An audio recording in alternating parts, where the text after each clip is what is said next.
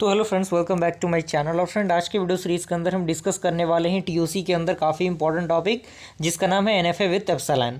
यानी एप्सिलॉन की मदद से किस तरीके से हम एनएफए को बनाते हैं, क्या उसका प्रोसेस होता है। इससे प्रोसेस लेक्चर में हम लोगों ने डीएफए को और एनएफए को डिस्कस किया, उससे रिलेटेड जो भी न्यूमेरिकल क्वेश्चन थे उनको प्रैक्टिस किया। एनएफए विद एप्सिलॉन आपका डिस्कस कर लेते हैं हम लोग। तो एनएफए में जो आपका फॉर्मल डेफिनेशन होता है, एनएफए का ही फॉर्मल डेफिनेशन आपको लिखना है, जो कि हमने प्रीवियस वीडियो में डिस्कस किया था, जिसमें 5 टेबल्स आपके होते हैं। क्यू होता है, सिग्मा होता है, क्यू जीरो होता है, साथ ही साथ एफ फाइनल स्टेट होता है, और ये आपका ट्रांजिशन फंक्शन होता है। क्लियर। यहाँ पे एनएफए विद एप्सिलॉन में एक फ़र्क होता है, यहाँ पे आपका ये चीज़ें मिलती हैं।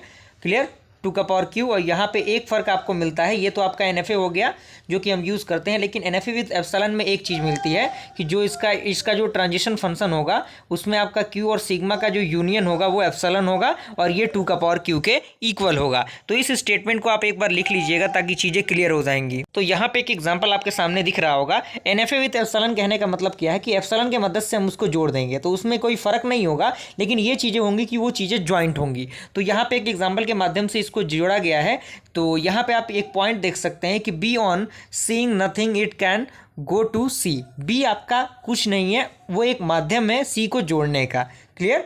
और यहाँ पे एक नोट दिया गया है कि every state on epsilon goes to itself. ये प्रत्येक जो आपका स्टेट होता है जो एप्सिलॉन से जाता है वो खुद पे ही जाता है। ओके। साथ ही साथ हम देख लेते हैं कि हमारा जो डिफरेंस क्या होता है एनएफए और डीएफए के बीच में। तो इसमें पहला डीएफए ये होता है कि आप इसके डेफिनेशन को, इसके फुल फॉर्म को लिख सकते हैं कि DFA is also stand for non deterministic finite automata and NFA stand for non deterministic finite automata.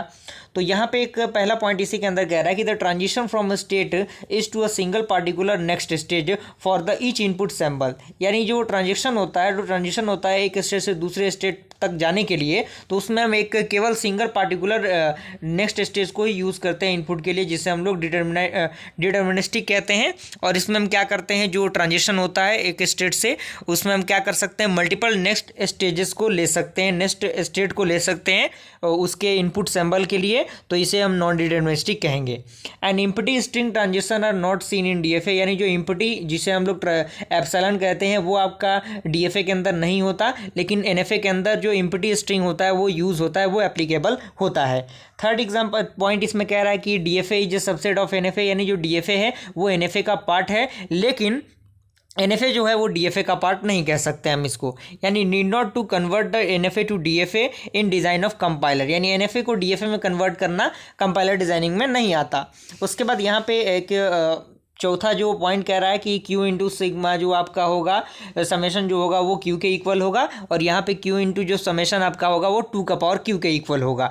ये एक काफ़ी पॉपुलर जो एडवांटेज कह सकते हैं, ये पॉइंट आपका क्लियर होना चाहिए। एनएफए अगर डीएफए आप लिख रहे हैं तो ये पॉइंट का होना आपके लिए बेहद ज़रूरी है, क्योंकि सही डिफरेंस को यही पॉइंट आपको डिटरमाइन करता है।